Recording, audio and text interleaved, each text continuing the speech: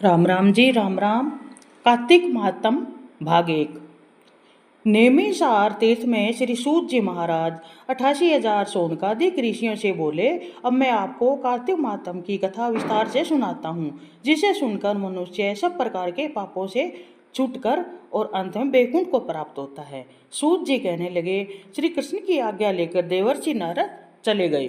सत्यभामा प्रसन्न होकर लक्ष्मीपति भगवान से कहने लगी, हे नाथ, मैं धन्य हुई, मेरा जीवन सफल हुआ। मेरे जन्मदाता भी धन्य है, जिन्होंने मुझे त्रिलोकीय सुंदरी को जन्म दिया और आपकी 16,000 स्त्रियों के मध्य में आपकी परम प्यारी हुई। मैंने वह कल्प वृक्ष आदि पुरुष आपके साथ नारद जी को विधि पूर्वक दान में दे दिया, परंतु वही कल्प वृक्ष मेरे घर लहराया करता था, जिस बात को मृत्युलोक में कोई स्त्री नहीं जानती।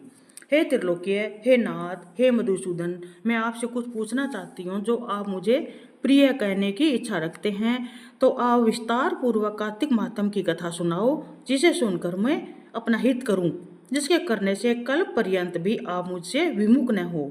श्री सूत जी बोले, सत्यभामा के ऐसे वचनों को सुनकर हंसते हुए श्री कृष्ण जी सत्यभामा का हाथ पकड़कर अपने सेवकों को वहीं रोककर अपनी प्यारी को कल्प वृक्ष के नीचे ले गए और हंसकर कहने लगे, हे प्रिय, 16,000 रानियों में से तुम मुझे प्राणों के समान प्यारी हो।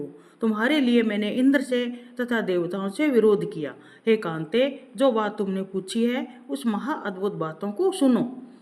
सूत जी बोले, एक दिन श्री कृष्ण भगवान ने सत्यभामा की प्रिय कामना के लिए गरुड़ पर सवार होकर इंद्रलोक जाकर कल्प वृक्ष मांगा।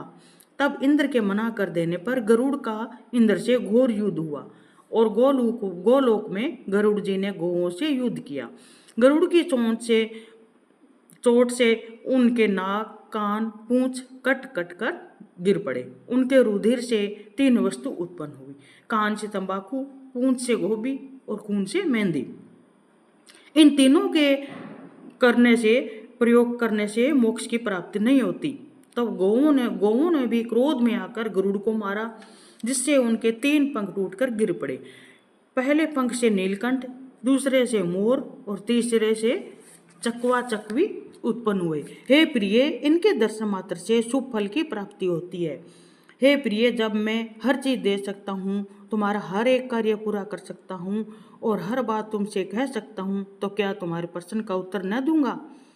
हे प्रिय, जो बात तुम मेरे से पूछो उसका जवाब दूंगा। यह सुनकर सत्यभामा बोली, हे प्रभु, मैंने पिछले जन्म में कौन कौन से दान, व्रत और जप नहीं किए?